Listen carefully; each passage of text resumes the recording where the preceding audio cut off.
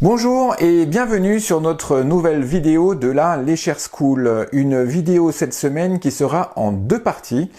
Parce que Hakim nous a demandé donc sur le fil de discussion du groupe Facebook ce qu'était un vortex, mais le vortex est clairement associé à la cheminée cosmotellurique. Ces deux entités qui sont quasiment similaires, avec quand même des distinctions bien différentes, mais ce sont deux entités qui peuvent se travailler de la même façon.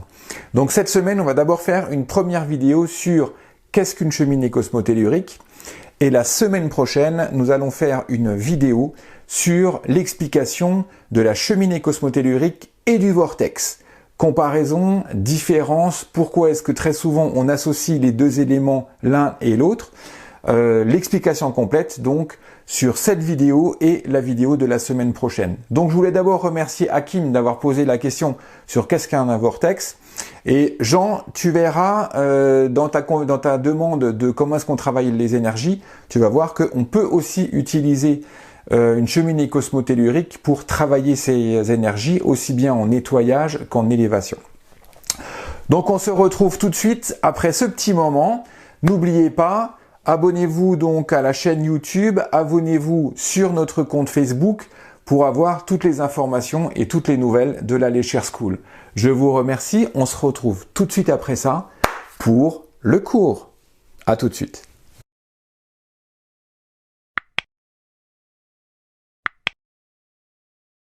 Nous sommes de retour pour maintenant faire la vidéo sur la cheminée cosmotellurique et sur les vortex. Donc ce que je vous disais en préambule, on va d'abord faire une vidéo sur les cheminées cosmotelluriques et ensuite semaine prochaine, il y aura une vidéo sur les vortex pour bien vous expliquer la différence entre les deux éléments, même si souvent à travers l'histoire de la géobiologie et de la sorcellerie, les deux éléments ont été confondus. Entre le XIIe et le XIVe siècle, les bâtisseurs de cathédrales avaient bien identifié le phénomène des cheminées cosmotelluriques et des vortex. Mais comme ils ne comprenaient pas la différence qu'il y avait entre les deux éléments, ils ont tout mis sous le même dénominateur vortex. C'est pour ça que dans les rapports que les géobiologues font actuellement, les cheminées cosmotelluriques sont dessinées exactement de la même façon que les vortex avec une petite spirale. D'ailleurs, on voit la petite spirale là, en incrustation. Mais soyons bien clairs, un vortex n'est pas une cheminée cosmotellurique. Donc la cheminée cosmotellurique a été découverte grosso modo en 1930 par l'abbé Mermet, qui a mis en évidence le premier une distinction entre vortex et cheminée cosmotellurique. Donc l'abbé Mermet a considéré et a analysé le fait que un vortex qui n'avait qu'un seul cône ou qu'une seule colonne d'énergie était appelé donc cheminée cosmotellurique et pas un vortex. Pour que ce soit un vortex, il faut qu'il y ait une association de deux cylindres ou de deux cheminées tournant dans des sens opposés et reliés par un canal d'énergie. Alors que là, on avait trouvé, donc en 1930, on avait trouvé que les cheminées cosmotelluriques étaient une seule entité qui n'était relié à rien et qui avait différents bras qui se baladaient à droite et à gauche. Donc 1930, on met en place les premiers écrits sur les cheminées cosmotelluriques et très vite, cette idée est abandonnée. On n'en parle plus. Il faut attendre grosso modo les années 80-90 pour avoir Guy Tizan de Bourgogne avec son acolyte Roger Pennec de Brest, je sais pas comment est-ce qu'on prononce, hein, excusez-moi pour les Bretons, je m'excuse d'avance sur la prononciation du nom, qui dans les années 89-90 ont redécouvert cette notion fondamentale des cheminées cosmotelluriques et a donc défini les principales règles de la cheminée cosmotellurique. Alors qu'est-ce qu'une cheminée cosmotellurique? Une cheminée cosmotellurique, c'est avant tout un tube d'énergie qui relie le sol au ciel. Alors le sol au ciel, c'est grosso modo une hauteur qui fait à peu près entre 100 et 300 mètres de haut, sur un diamètre qui va faire à peu près de, allez, on va dire 1 mètre à 3 mètres de diamètre. Donc on a un tube qui fait grosso modo 3 mètres de diamètre et qui fait 300 mètres de haut, qui va donc dans le cosmique, et ce tube est fini par en fait une corolle qui s'ouvre au cosmique pour pouvoir capter l'ensemble des énergies cosmiques. D'ailleurs, on voit bien le geste de la corolle nous fait appel en fait aux énergies cosmiques. Quand on a des vibrations, on sent déjà dans les mains l'appel aux énergies cosmiques. Mais c'est pas fini, parce que la cheminée cosmotellurique va descendre en dessous du niveau du sol, sur encore une fois 100 à 200 mètres, et va se finir par un bulbe, donc par un bulbe qui est la racine de cette cheminée cosmotellurique. Donc, sur le ciel, elle va appeler les énergies du cosmique, et dans le ciel, elle va happer par sa bulle les énergies qui viennent donc du tellurique. Donc comment ça va se passer? On a des énergies qui vont venir du tellurique et qui vont passer par le bulbe, qui vont monter dans la colonne d'énergie et qui vont se finir dans le cosmique. À l'inverse, on a aussi des énergies qui vont venir du cosmique, qui vont descendre dans le tube et qui vont finir dans le bulbe, dans la Terre, pour se noyer dans le tellurique.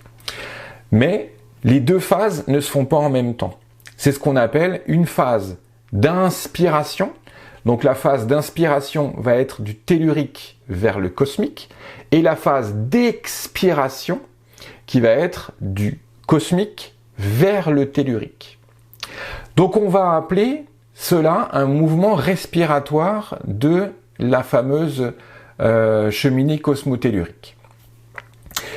Dans les cheminées cosmotelluriques, on va avoir des cheminées qui vont être plus portées sur le cosmique et des cheminées qui vont être plus portées sur le tellurique. On va appeler la cheminée qui va aller vers le tellurique, on va l'appeler une cheminée dite négative, et on va appeler les cheminées qui vont du tellurique vers le cosmique des cheminées dites positives. C'est pour ça qu'on a les cheminées positives et les cheminées négatives. L'énergie, quand elle circule du sol vers le ciel et du ciel vers le sol, sont des énergies qui vont tourner autour de la colonne centrale de la cheminée cosmotellurique. La colonne centrale de la cheminée cosmotellurique est constituée d'un cœur ou d'un tube primaire, là où la concentration des énergies va être la plus forte, et ce tube primaire va faire, donc je rappelle, sur ce diamètre de 3 mètres d'une cheminée cosmotellurique, lui va faire entre 30 et 60 cm. C'est vraiment la source primaire de l'énergie. On appelle ça l'énergie primale de la cheminée cosmotellurique.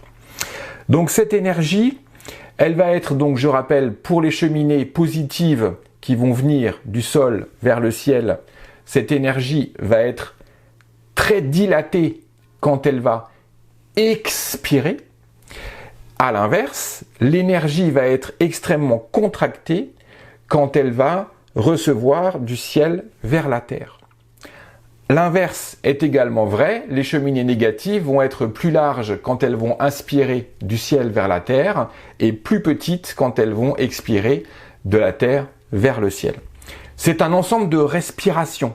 C'est pour ça que très souvent, dans les vieilles écritures, on appelait les cheminées cosmotelluriques ou l'ancêtre des cheminées cosmotelluriques, les vortex solitaires, étaient appelés des vieilles âmes. Pourquoi des vieilles âmes? Parce que quand on était à côté d'elles, on les sentait respirer. Donc très vite, ça a été associé à un phénomène ou comparé à un phénomène humain sur des entités qui seraient perdues. Donc voilà, comment ça se passe encore la respiration? Maintenant, pour finir de vous parler en chiffres. Donc on a 3 minutes dans un sens, 15 secondes de neutralité de la cheminée cosmotellurique et 3 minutes dans l'autre sens. Donc, on monte, on pose, on descend. 3 minutes, 15 secondes, 3 minutes. Une des choses qu'il faut savoir sur les cheminées cosmotelluriques, d'ailleurs, en langage géobiologue, on va simplifier ce cheminée cosmotellurique, on va le simplifier par CCT, cheminée cosmotellurique, CCT. C'est pour ça que dans les rapports, très souvent, on voit CCT égale.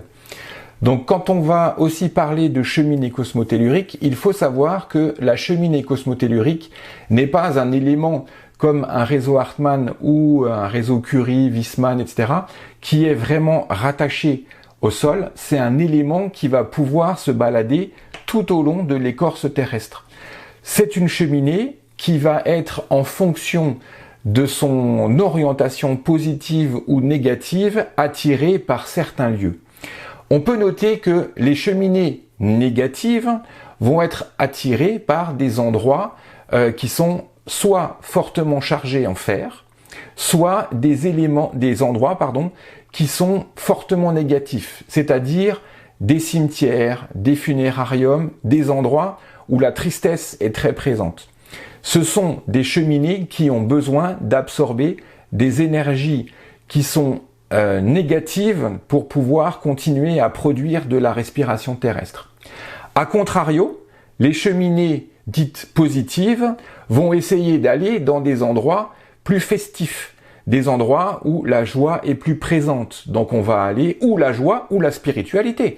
Donc on peut les retrouver dans des églises, on peut les retrouver dans des endroits où les gens se rassemblent pour être heureux et pour former une communauté.